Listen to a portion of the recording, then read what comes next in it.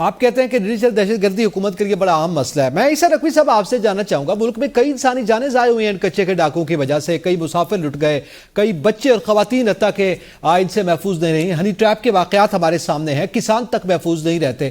تو اور یہ کوئی معاملہ آج بھی کھڑا نہیں ہوا, کوئی نیا تنازع نہیں ہے کہ ایک دم کہا گیا کہ پنجاب پولیس اور آئی جی صاحب نے جناب رد عمل دیا جائے گا اور بدلہ لیا جائے گا. یہ پہلے بھی نظر آ رہا تھا, مگر حکومت اربوں روپے لگا رہی ہے ڈیجیٹل دہشت گردی کے حوالے سے. اس کی کیا وجہ ہے؟ حکومت کیا پیغام دینا چاہ رہی ہے؟ یہ جنون مسئلہ حل نہیں کیا جا رہا. دیکھیں, یہ جو ڈیجیٹل دہشت گردی والی ٹرم ہے, یہ تو ویسے ہم نے پتہ نہیں کیا شوق پالا ہوا ہے. آج آپ شروع کر دیں کہ جناب فائنینشیل ٹیررزم ہو رہا ہے 2 سال سے, 4 سال سے, 8 سال سے یا 76 سال سے, تو یہ جو بیٹھے ہوئے ہیں جو فیصلہ ساز ہیں وہ فائنینشیل ٹیررسٹ ہیں. دیکھیں, ٹیررزم کا لفظ ایک بڑا سنگین لفظ ہے, اس کو پوری دنیا میں اس کی کونوٹیشن بڑی مختلف ہے, اور پاکستان کو دہشت گرد قرار دینے والا, دہشت گردی کا منبع یا ایپی سینٹر قرار دینے کا جو ایک مذموم کوشش ہے, کاوش ہے, ایفرٹ ہے, وہ تو ہمارا پڑوسی ملک کرتا آیا ہے.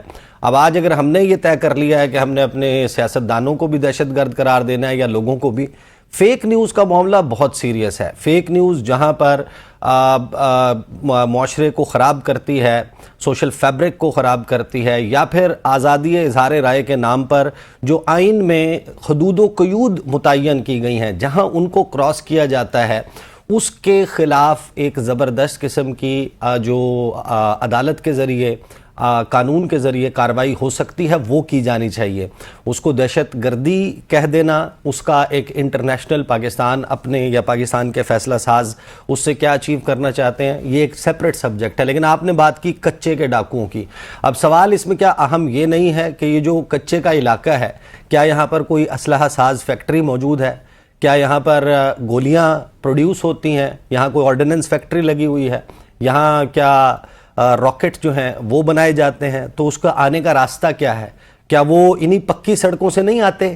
پکی سڑکیں کچے تک پہنچتی ہیں, ان پکی سڑکوں پر جو بیٹھے ہوئے ہیں, جو سرپرستی کرنے والے ہیں, جو اس سے فائدہ اٹھانے والے ہیں, اور کیا یہ جس طرح خالد جمیل صاحب نے کہا کہ وہ آپریٹ کرتے ہیں ایک خاص مخصوص وقت میں, جو ہے پیسہ وہاں پر کس طریقے سے بٹورا جاتا ہے, اکٹھا کیا جاتا ہے, اس میں نمبردار کی بات کی, لوکل پولیٹیشین کی بات کی. لیکن سوال یہ ہے کہ کیا یہ کچے سے باہر بھی جا کر آپریٹ کرتے ہیں, اور اگر آپریٹ کرتے ہیں تو کس کا مقصد جو ہے وہ پورا کرتے ہیں, کون ان کو لائن دیتا ہے, کون ان کو ڈائریکشن دیتا ہے. اور پھر کیا ابھی ریسنٹلی ہم نے خبریں نہیں دیکھیں کہ سندھ کی حکومت کے فلاں وزیر کے بیٹے اور اس کا سیکیورٹی پروٹوکول بلوچستان کے کس راستے سے کتنا اسلحہ لے کر آ رہا تھا, اور پولیس وینز کے پروٹوکول میں یہ لایا جا رہا تھا, اور پھر اگر ایونچولی اس سے پولیس والے ہی مارے گئے ہیں, تو یہ سوال خود اداروں کو اور ان کو کرنا چاہیے کہ یہ نو گو ایریا کریٹ اگر پاکستان میں کسی نے کیا ہوا ہے, ان کے خلاف ونس اینڈ فار آل ایک ڈیسائسو قسم کا ایکشن ہونا چاہیے. اور اس میں کوئی کسی کو پولیٹکس کرنے کی ضرورت نہیں, کسی سیاسی جماعت کو پولیٹیکل پوائنٹ سکورنگ کی ضرورت نہیں. یہ سب کا مسئلہ ہے, ہمارے ساؤتھ پنجاب کے رہنے والوں کا, سندھ کے رہنے والوں کا, اور پورے پاکستان میں رہنے والوں کا مسئلہ ہے. بالکل صحیح ہے. اچھا, اسی پہ سلمان نصب کہ آپ کیا سمجھتے ہیں, اور یہ بات نہیں کہ موجودہ حکومت, گزشتہ جتنی بھی حکومتیں آئی ہیں, جیسے کہا گیا کہ دہائیوں پر محیط یہ معاملہ ہے, اسلحہ بھی آ رہا ہے, راکٹ سے بھی فائر کرتے ہیں, جدید اسلحہ بھی ان کے پاس ہے, ان کی تصاویر بھی آتی ہیں, اور پھر جو واقعات ہیں وہ ہمارے سامنے ہیں. کیا وجہ ہے کہ حکومت کوئی کارروائی کرنے سے قاصر ہے؟ نہیں, ایسا نہیں ہے. جتنے بھی آپ دیکھیں, کیونکہ اب سارے بات کر رہے ہیں, آپ خود بھی یہ کہہ رہے ہیں کہ بہت درینہ مسئلہ ہے, تو ایسا نہیں ہے کہ اس کے اوپر حکومتیں جو ہیں وہ ایکشن نہیں لیتی. گزشتہ ادوار کے اندر بھی حکومتوں نے اس کے اوپر ایکشن لیا, ملٹری انٹرونشن بھی اس کے اندر جو ہے وہ ہو چکی ہوئی ہے. دیکھیں, آپ کو اس جگہ کو اور اس کے جو ٹرین ہے اور اس کے جو ڈیموگرافکس ہیں اور جو اس کی جیوگرافی ہے اس کو سمجھنا پڑے گا. وہاں پہ یہ لوگ ایکٹیو ہوتے ہیں, جب ان کے اوپر آپریشن ہوتا ہے تو یہ بکھر جاتے ہیں. بالکل بارڈر ایریا ہے, سندھ میں چلے جاتے ہیں, بلوچستان میں انٹر کر جاتے ہیں, پنجاب میں نیچے کی سائڈ کے اوپر واپس آ جاتے ہیں. جب آپریشن ختم ہوتا ہے اس کے بعد پھر دوبارہ ری گروپ ہوتے ہیں, اور پھر دوبارہ جو ہے نا یہ کرمنل ایکٹیویٹیز کے اندر انوالو ہو جاتے ہیں. اور جس طرح آپ ابھی خود ذکر کر رہے تھے نقی صاحب, آپ کو خود اندازہ ہوگا کہ یہ جو ڈاکو ہیں یہ بھی وہ کوئی آرتھوڈاکس ڈاکو نہیں ہے. جس طرح آپ نے ابھی ذکر کیا ہے کہ یہ باقاعدہ ہنی ٹریپس جو ہے آن لائن لوگوں کو جھانسا دے کے وہاں پہ بلاتے ہیں, سستی گاڑیوں کا جھانسا دے کے وہاں پہ بلاتے ہیں, پھر لوگوں کو اغوا کرتے ہیں, پھر ان سے تاوان جو ہے وہ طلب کرتے ہیں. تو it's an ever ending story. یہ جو ڈاکو ہیں یہ بھی کوئی اتنے سمپل ڈاکو نہیں ہیں. obviously they are evolving also. جہاں تک گورنمنٹ کی انٹروینشن اور آپریشن کی بات ہے, دیکھیں جب تک آپ unless you address the elephant in the room معاملات حل نہیں کیے جا سکتے. جب تک آپ اس علاقے کے لوگوں کی زبوں حالی کے اوپر نظر نہیں ڈالیں گے سولوشن نہیں آئے گا. میں رسول بخش رئیس صاحب کا ایک آرٹیکل پڑھا تھا کوئی تقریباً 10-12 سال پہلے, انہوں نے لکھا یہی جو انڈس ڈیکوائٹس ہیں ان کے اوپر, جو یہ کچے کے ڈاکو ہیں ان کے اوپر, اور اس میں انہوں نے ایک مختصر قصہ یہ کہ ایک ڈاکو کا قصہ انہوں نے کوٹ کیا کہ وہاں پہ اسکول بنا رہے تھے, علی فاؤنڈیشن ہے غالباً لاہور کی, اینگرو کے ساتھ مل کے. تو جب وہاں پہ اسکول بن رہے تھے تو وہاں پہ انہوں نے لوگوں کو روکا, اور اس ڈاکو کو جب اس نے انٹریکٹ کیا تو اس نے کہا کہ آپ میرے بچوں کے لیے بھی یہاں پہ جو ہے وہ اسکول بنائیں. تو جو ان کی قسمہ پرسی ہے اور جو ان کی ڈیمانڈز ہیں وہ بہت ڈفرینٹ ہیں. وہ خود بھی چاہتے ہیں کہ ان کے علاقے کے اندر ترقی ہو, ایجوکیشن ہو, ان کو ہیلتھ فیسلٹیز دی جائیں.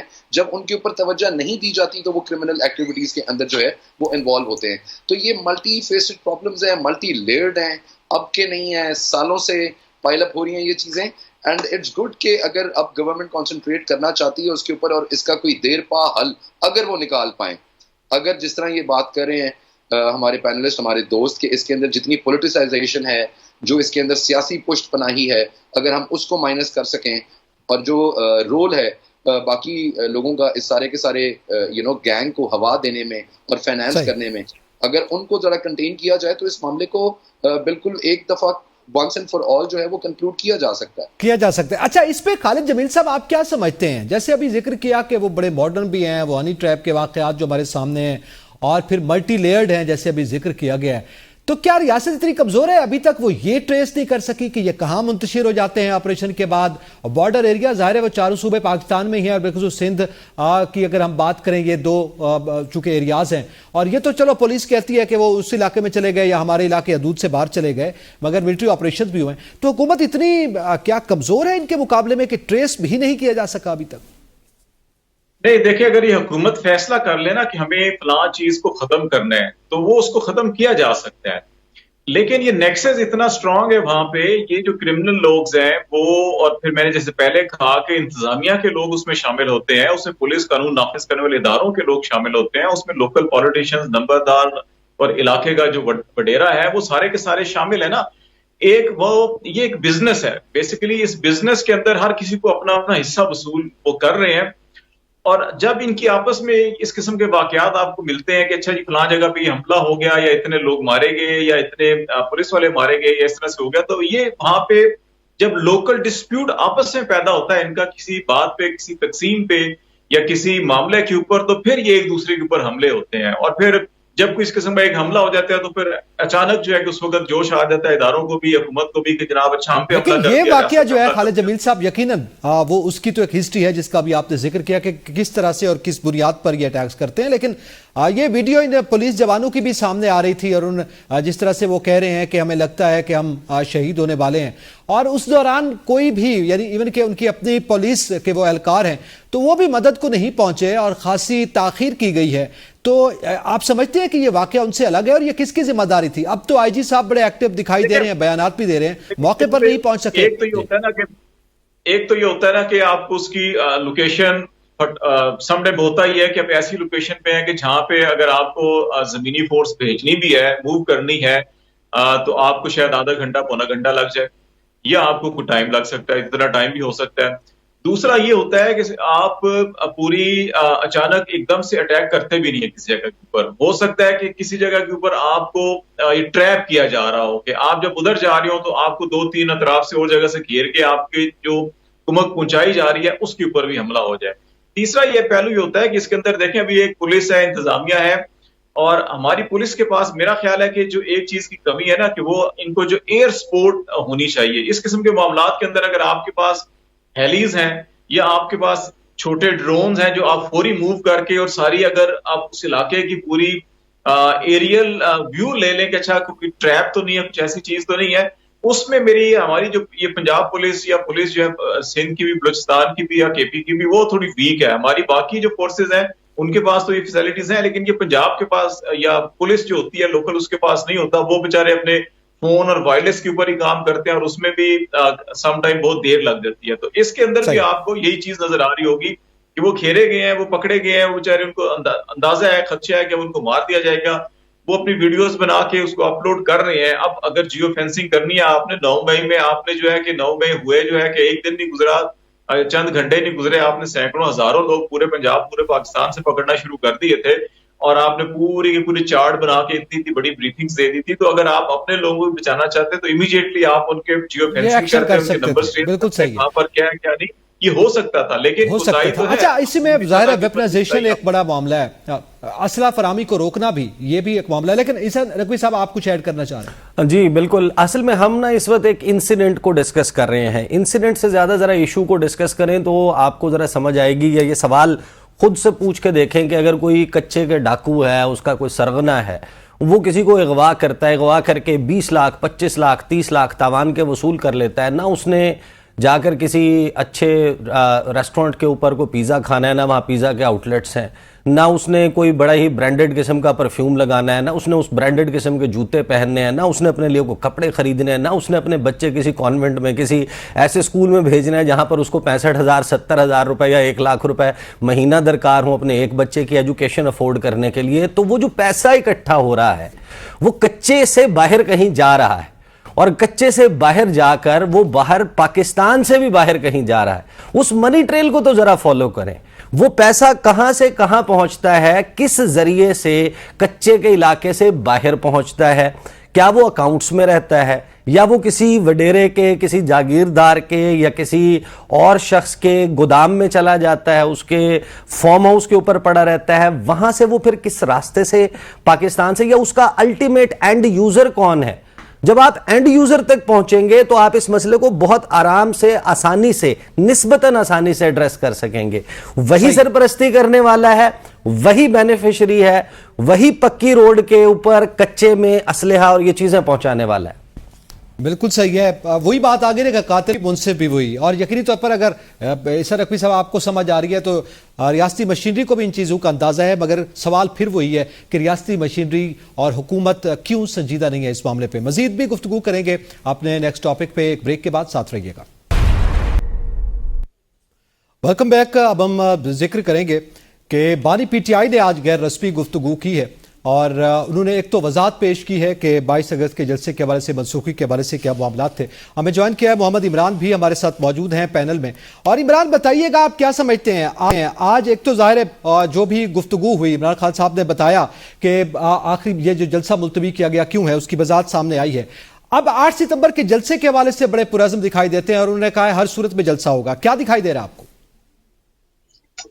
بہت شکریہ اعتزاز. سب سے پہلے تو میں اس عمران خان کا جو جلسہ ملتوی کرنے والا معاملہ ہے, اس میں جو ایک فوراً سہولت کاری کی گئی کہ عمران خان کو اتنی ایکسیس دی گئی کہ آپ اپنے پارٹی رہنماؤں کو کال کریں, ان سے بات کریں, اور پھر ایک اسپیشل ملاقات بھی ارینج کرائی گئی.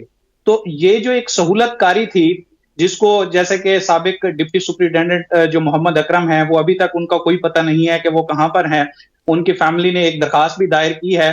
تو اس طرح کی جو سہولت کاری ہے کہ جب آپ کو ضرورت پڑتی ہے عمران خان کی, اور آپ عمران خان کو اس ٹائم ریکویسٹ کرتے ہیں, اور عمران خان ایک اسٹیٹس مین کے طور پر سامنے آتے ہیں, اور انہیں اس چیز کا ادراک ہے کہ جب اسلام آباد میں, ملک کے کیپٹل میں, مذہبی جماعتوں کا ایک بہت بڑا اجتماع ہونے والا ہے, وہاں پر لوگ سکیٹرڈ پورے شہر میں پھر رہے ہیں, تو ایسے میں اگر تحریک انصاف بھی اپنی ایکٹیویٹی کرے گی تو کوئی تصادم ہو سکتا ہے, کوئی اس طرح کا متنازع معاملہ ہو سکتا ہے, اور وہ نہیں چاہتے کہ 9 مئی کی طرح کوئی ایک اور ایسا معاملہ سامنے آئے کہ جو تحریک انصاف کے گلے پڑ جائے.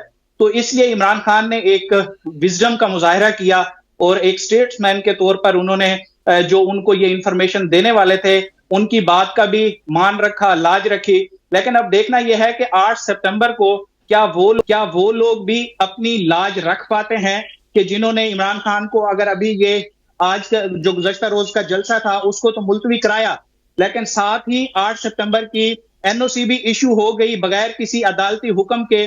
تو یہ چیزیں ایک دن میں تو پازیٹیو ہمیں نظر آ رہی ہیں, لیکن 8 سپتمبر ابھی بہت دور ہے, تو اس وقت تک ہمیں یہ انتظار کرنا ہوگا, اور حکومت اور دیگر جو ان کے سٹیک ہولڈرز ہیں ان کا مزاج کو دیکھنا ہوگا کہ کیا 8 سپتمبر کو بھی تحریک انصاف کو جلسہ کرنے دیا جاتا ہے یا نہیں.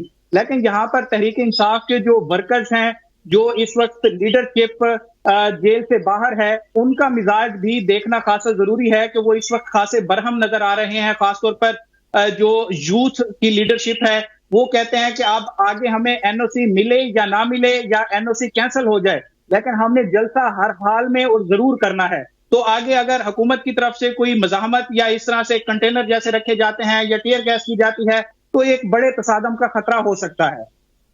صحیح. اچھا، اس میں سلمان علی صاحب آپ کیا سمجھتے ہیں؟ آج جو غیر رسمی گفتگو ہوئی ہے، ایک تو انہوں نے یہ ذکر کیا کہ 22 اگست کا جلسہ اس لیے منسوخ کیا گیا کہ 9 مئی کی طرح کا جو معاملہ ہے وہ گلے پڑ سکتا تھا. تو ان خدشات کا اظہار آپ کیا سمجھتے ہیں کیوں کیا گیا؟ کیا اسی بنیاد پر ان کو قائل کیا گیا؟ دیکھیں، اب بھائی جوش خطابت میں بات کر رہے تھے، میں نے ٹوکنا مناسب نہیں سمجھا. خان صاحب نے کسی انٹرنیشنل ڈیلیگیشن کا کوئی لحاظ نہیں کیا. پاکستان کے اندر سی پیک کو سیبوٹاج کر دیا، جلسے کرنے سے باز نہیں آئے اور یہ دھرنے دینے سے باز نہیں آئے. ان کو بڑا خیال آ گیا کہ یہاں پہ مذہبی جماعتیں تھیں اسلام آباد کے اندر، تو لہٰذا ہم نے کال آف کر لیا. یہ تو ایک بڑے ان کا پتہ نہیں، میں کیا آپ کو کہوں. خان صاحب سے ویسے آپ اس قسم کی کسی سیاست کا یا معتبرانہ رویے کی کوئی ایکسپیکٹیشن کرتے ہیں؟ ایسا بالکل کوئی نہیں ہے. میرے خیال میں سچویشن اس کے بالکل برعکس ہے. ان کو بالکل کلیئر کٹ میسج کنوے کیا گیا ہے کہ شہر کے اندر آپ کے ساتھ بہت زیادہ معاملات خراب ہو سکتے ہیں اگر آپ کے فالوورز نے اور باقی لوگوں نے پروٹیسٹ کرنے کی کوشش کی، کیونکہ اب ریئل ہارڈ کور فنیٹکس جو تھے وہ سڑکوں کے اوپر موجود تھے and they would not have stopped otherwise. تو بجائے جلسہ کرنے کے یہاں پہ جو ہے نا وہ ایک تصادم بہت خونی قسم کا ہوتا، اور وہ کلیش جو ہے وہ probably religious parties and P T I کے ورکرز کے درمیان میں ہوتا تو وہ بہت زیادہ ایک معاملہ خراب ہو سکتا تھا. دوسری چیز جو یہ بات کر رہے ہیں کہ پی ٹی آئی والوں نے اور خان صاحب نے اب اعلان کر دیا ہے کہ اگر ہمیں این او سی نہ بھی ملا تو ہم جلسہ کریں گے. یہ بات تو انہوں نے 2 دن پہلے بھی کی تھی. وہ شیر افضل مروت وہاں پہ کہہ رہا تھا کہ میں نہیں رکوں گا، اب میں نہیں رکوں گا. وہ وہاں سے جو ان کے مولا جٹ چیف منسٹر ہیں وہ بھی لانچ ہو گئے تھے کہ میں آ رہا ہوں، ثوابی کے اندر پہنچو نوجوانوں. اینڈ کے اندر بعد میں 5-5 ہزار روپے کے نوٹ انہوں نے بانٹے ہیں. شرم آنی چاہیے یہ جو لوگوں کے ساتھ جس قسم کے مذاق کرتے ہیں اور لوگوں کو یہ بہکاتے اور مس لیڈ کرتے ہیں. خوش آئند بات ایک نکلی مجھے اس میں، اور وہ یہ ہے کہ خان صاحب وہ جو میں نہ منوں کی سیاست کے اوپر تھے اب آہستہ آہستہ بات ماننا شروع ہو گئے. تو ایک تو یہ اس سارے ایپیسوڈ کے اندر جو ہے وہ خوش آئند بات تھی، اور آئندہ آگے آنے والے دنوں میں وہ بہت ساری باتیں مانیں گے. وہ جس طرح آصف علی زرداری صاحب کہتے ہیں نا کہ 1.5-2 سال کے بعد تو بیٹا جیل بولنا شروع کرتی ہے، بتاتی ہے کہ وہ جیل ہے. تو مجھے لگ رہا ہے کہ اب خان صاحب کو پتہ لگنا شروع ہو گیا کہ وہ جیل میں ہے، اور اس کا اظہار ان کی ہمشیرہ نے کل کیا ہے کہ یہ لوگ چاہتے ہی نہیں ہے کہ خان باہر آئے. تو ان کی تو اپنی پارٹی کی رفت اور جو باقی معاملات ہیں وہ بہت زیادہ جو ہے نا وہ ڈاؤٹ فل ہیں. ان کی کسی بات پہ کوئی اعتبار نہیں کرنا چاہیے. جو یہ کہہ رہے تھے کہ ہم اگلے 24 گھنٹے کے اندر اسلام آباد کے اندر جو ہے نا وہ ہجوم لے کے آئیں گے اور یہ کریں گے اور وہ کریں گے، وہ ٹھس ہو گئے. جلسہ ان سے ہوا کوئی نہیں. اب 8 سپٹمبر بہت دور ہے. There are a lot of sips between a cup and a sip. یہ مت بھولیے گا. ٹھیک ہے، 8 ستمبر بہت دور ہے اور اس وقت دیکھا جائے گا. عیسیٰ نقوی صاحب آپ کیا سمجھتے ہیں؟ دوسری جانب ہم حکومت کی بات کریں، بیرسٹر عقیل صاحب کہتے ہیں جناب مذاکرات نہیں ہوں گے، کچھ دن قبل انہوں نے بات کی. رانا ثناء اللہ صاحب ہر دفعہ ایک آفر کر دیتے ہیں، وہ پھر آپ کہہ رہے ہیں کہ جناب مل کر بیٹھیں. آرٹیکل 6 لگانے کی بات کرتے ہیں تو خود حکومت کے جو مختلف ترجمان ہیں وہ ذرا ہیں، کیا ان کے درمیان بھی ہم آہنگی نہیں ہے یا کوئی کنفیوژن ہے؟ یہ تضادات کیوں ہیں؟ دیکھیں میرے خیال میں بنیادی طور پر بات تو پولیٹیشنز کے درمیان ہونی چاہیے. رانا ثناء اللہ صاحب آفر بھی کر دیتے ہیں، مسلم لیگ نون والے بھی. دوسری طرف سے خان صاحب اور ان کی جماعت کے لوگ کہتے ہیں کہ ان کے پلے کچھ نہیں ہے، ہم تو بات ان سے کریں گے جن کے پاس طاقت ہے. اب رانا ثناء اللہ صاحب اور وزیر اعظم صاحب اگر حلفاً یہ بات بتا دیں کہ ان کو پریس ریلیز سے نہیں پتہ چلا کہ سابق D G I S I کے خلاف کارروائی ہونے جا رہی ہے، بلکہ ان کے علم میں تھا، ان کو اعتماد میں لیا گیا تھا یا انہوں نے یہ ڈیسیجن لیا تھا، پھر تو عمران خان صاحب غلط ثابت ہوتے ہیں. یا یہ لوگ حلفاً یہ بات بتا دیں کہ اڈیالہ جیل کے دروازے کھلنے والے ہیں، کوئی جا کر ملاقات کرنے والا ہے، یہ حکومت نے فیصلہ کیا تھا، شہباز شریف نے کیا تھا، رانا ثناء اللہ نے کیا تھا، بیرسٹر عقیل نے کیا تھا. پھر تو بات چیت یقیناً بیرسٹر عقیل اور رانا ثناء اللہ، شہباز شریف اور عمران خان کے درمیان ہونی چاہیے. اگر یہ فیصلہ محسن نقوی نے کیا تھا اور محسن نقوی صاحب نے ان میں سے کسی کو نہیں بتایا تھا اور محسن نقوی صاحب جو ہے وہ کسی اور کے کہنے پہ یہ کیا تھا، تو پھر بات اس سے ہونی چاہیے نا، بات پھر اس سے نہیں ہونی چاہیے. اور یہاں پر اندازہ لگانا یا میرے خیال میں کہ عمران خان نے، دیکھیں ایک پازیٹیو چینج تو ہے جس کا سلمان انی صاحب نے تذکرہ کیا، انہوں نے کہا کہ عمران خان صاحب نے اگر یہ فیصلہ صرف اس وجہ سے کیا کہ تصادم ہو جاتا سڑکوں پر تو یہ ایک خوشائند بات ہے، اس کو اپریشیٹ کرنا چاہیے اور اس کی کنٹینیوٹی ایکسپیکٹ بھی کرنی چاہیے. لیکن یہ اندازہ لگانا کہ مذہبی جماعتوں کے لوگوں کا مد بھیڑ ہو جاتا، لڑائی ہو جاتی، پھڈا ہو جاتا پی ٹی آئی والوں کے ساتھ، دیٹ ڈزنٹ میک سینس. اصل میں معاملہ یہ ہے کہ جلسہ گاہ جس جگہ تھی ترنول میں، وہاں سے 30 کلومیٹر بنتی ہے تقریباً جہاں پر جس جگہ پہ ہم مقام پہ بیٹھے ہوئے ہیں، یا for that matter supreme court of Pakistan. لیکن ایگزیکٹلی 30.6 کلومیٹر اڈیالہ جیل بھی بنتی ہے. جس دن آپ کی تمام تر سیکیورٹی بنگلہ دیش کی کرکٹ ٹیم کا آنا اور جانا محفوظ بنانے پر اور مذہبی جماعتوں کے لوگوں کا سپریم کورٹ تک روکنے کے اوپر لگی ہوئی تھی، اس دن جلسہ گاہ سے کوئی شخص جوش خطابت میں اسٹیج سے یہ کہہ دیتا کہ چلو چلو اڈیالہ چلو، تو پھر ایک بہت بڑا پھڈا کریٹ ہو جاتا. اس وجہ سے شاید میرا خیال ہے کہ اڈیالہ جیل اپروچ بھی کیا گیا، ریکویسٹ بھی کی گئی، مان لی گئی. اس کا مطلب یہ ہے کہ ایک ونڈو درمیان میں موجود ہے. افسوس کی بات یہ ہے کہ یہ بتانا کہ ہمارے درمیان ایک ونڈو موجود ہے آپ کے پولیٹیکل بینیفٹ میں نہیں ہے، لہٰذا آپ اس کو پبلک کے سامنے آشکار نہیں کرتے. ٹھیک ہے. اچھا، اب اس میں خالد جمیل صاحب، گزشتہ روز صبح سویرے جو ملاقات خان صاحب کے ساتھ ہوئی، اس میں ظاہر جلسہ منسوخ کرنے کے حوالے سے ان کا یہ فیصلہ سامنے ہے. اس میں حکومتی جو وزراء ہیں یا حکومت کی صفوں میں کھلبلی مچ گئی ہے کہ یہ ملاقات کیسے ہو گئی. آپ کیا سمجھتے ہیں کہ ایک شخص جو جیل میں بیٹھا ہے اور اس سے اگر کوئی ملاقات کروائی گئی ہے، جلسہ منسوخ کروایا گیا ہے، وہاں پہ حکومت اتنی کیوں خوفزدہ دکھائی دے رہی ہے؟ حکومت اس لیے خوفزدہ دکھائی دے رہی ہے کہ حکومت کو پتہ ہی نہیں تھا کہ ہو کیا رہا ہے. وہ تو اس خوش فہمی میں کہہ لیں یا غلط فہمی میں بیٹھے تھے کہ اچھا کل یہ بھی آئیں گے، وہ بھی آئیں گے، یہاں پہ یہ ہوگا، لاٹھی چارج ہوگا، شیلنگ ہوگی، اس سے یہ ہوگا، اتنے نئے مقدمے بنیں گے، اس میں فلاں کو گرفتار کریں گے، فلاں کو یہ کریں گے. پچھلے 2 سال سے تو پاکستان میں یہی ہو رہا ہے نا. تو اس لیے دیکھو ابھی جیسے عیسیٰ کہہ رہے تھے کہ بات تو جیسے ان سے کیا کریں کہ ان کو تو کسی چیز کا پتہ ہی نہیں ہے، صرف آپ بیان بازی دے رہے ہیں یا آپ ایک دن ایک بات کرتے ہیں دوسری بات کرتے ہیں جیسے آپ بھی کہہ رہے ہیں. اور دوسرا مسئلہ دیکھیں، یہ جو نیریٹو بنایا جاتا ہے نا حکومتی حلقوں کی طرف سے کہ جناب وہ ان کو بڑا 2 ٹوک پیغام دیا گیا کہ جناب ہم یہ کر دیں گے اگر آپ نے یہ کیا تو وہ کیا. بھائی جی، جو سپریم کورٹ کے دروازے پہ کل پہنچ گئے تھے، باہر جنگلے ہلا کے آپ کو نعرے للکار کے کر رہے تھے، آپ نے کیا کیا؟ آج کمیٹی بنا دی کہ ریڈ زون میں کیسے پہنچ کے جی انکوائری کریں، اور اس میں D S P S P اور بیچارے تھانے دار سے جواب طلبی کر لی. اب آئی جی ڈی آئی جی کو پوچھ نہیں رہا کہ ایک طرف آپ کہہ رہے ہیں کہ ہم اتنی اسٹرینتھ ہیں، اتنی ہمارے پاس طاقت ہے کہ ہم آپ کو تن کے رکھیں گے، جناب آپ ہل کے تو دکھائیں، تو آگے سے وہ کہتے ہیں اچھا جی ہاں جی بالکل جی ہم کل منسوخ کر رہے ہیں. دوسری طرف آپ کے سپریم کورٹ کے دروازے پہ کھڑے لوگ نعرے لگا رہے ہیں. میں تو نعرے بلا رہی وہ یہاں پہ ریپیٹ نہیں کر سکتا کس قسم کے نعرے وہاں پہ لگ رہے تھے. اور دوسرا جو ہے کہ یہ جو پیسے دینے کی روایت جو ہے نا کہ امیر گنڈا پور نے نہیں رکھی، یہ فیض آباد پیسے دے کے بلائے بھی جاتے ہیں، بھیجے بھی جاتے ہیں، اور اس کے بھی ویڈیو ثبوت ایسے ہی ہیں جیسے علی امین گنڈا پور کی ویڈیو ثبوت آئے نا، ویسے ویڈیو ثبوت آپ کو یاد ہے فیض آباد دھرنا کیس کے بھی تھے کہ جناب یہ بڑے غریب تھے بیچارے، آئے تھے ان کے پاس پیسے نہیں تھے. ابھی بھی جب آئے تھے تو پروٹوکول کون دے رہا تھا ان کو فیض آباد کے اوپر. تو یہ چیزیں جو ہے نا کہ ہاتھی کے دانت دکھانے کے کچھ اور ہوتے ہیں، کھانے کے کچھ اور ہوتے ہیں. میرا یہ خیال ہے کہ ان چیزوں کو آپ ذرا براڈر پرسپیکٹو میں دیکھیں کہ جو ٹی وی کے کیمروں کے سامنے کھڑے ہو کر، جو میڈیا کے سامنے کھڑے ہو کہتے ہیں کہ جی ہم چھوڑیں گے نہیں، ہم یہ کر دیں گے، ہماری اتنی ریاست کی طاقت ہے، ہم ہلنے نہیں دیں گے، ہم یہ نہیں کرنے دیں گے. تو بھائی جب آپ ہلنے ہی نہیں دیں گے تو پھر کیا ضرورت ہے آپ کو جا کے کہنے کی جی آپ اعلان کروائیں، اپنے معتمد خاص کو بلائیں اور وہ آ کے اعلان کرے کہ جی یہ ملتوی کر رہے ہیں. تو آپ پڑ جاتے ہیں اللہ اللہ کر کے، جناب آپ کو تو سوٹ کرتا ہے. آپ پچھلے 2 سال سے کر ہی یہی رہے ہیں کہ جناب جان بوجھ کے ان کو موقع دو اور موقع کے بعد جو ہے کہ 10-20 اور مقدمے بنا دو. تو آپ کو جانا ہی نہیں چاہیے تھا. ایسے بندے کے بعد جو دہشت گرد ہے، جو فتنہ ہے، جو فسادی ہے، جو انتشار پسند ہے، جس نے پورے ملک میں آگ لگائی ہوئی ہے 2 سال سے، جناب وہ سی پیک کو آگے بڑھنے دیتا ہے، نہ جو ہے کہ پاکستان کی معیشت کو آگے بڑھنے دیتا ہے، نہ سیاست کو آگے بڑھنے دیتا ہے، نہ ریاست کو آگے بڑھنے دیتا ہے. تو کیا ضرورت ہے اس کے بعد جانے کی، بات کرنے کی؟ اس کو تل کے رکھیں آپ، اس کو 6/10 کے بجائے نا 4/4 پہ سیل پہ لے آئیں اس کو جناب، تاکہ اس کو ہوش میں آ جائے کہ جناب جیل ہوتی کیا ہے. جناب علی دنیا کچھ اور ہے، کچھ اور ہے، ٹھیک ہے، سمجھ نہیں آ رہا. اصل میں وہی بات ہے نا کہ معاملہ یہ ہے کہ اب بات اس حد تک اس نیچ پہ پہنچ چکی ہے کہ اب ایک کنفیوژن جو ہے وہ موجود ہے. اس پہ مزید بھی بات کریں گے اور اپنے نیکسٹ ٹاپک بھی بات کریں گے کہ IMF بیل آؤٹ پیکج کے حوالے سے کن خدشات کا اظہار کیا جا رہا ہے اور کیا توقعات ہیں. بریک کے بعد ساتھ رہیے گا.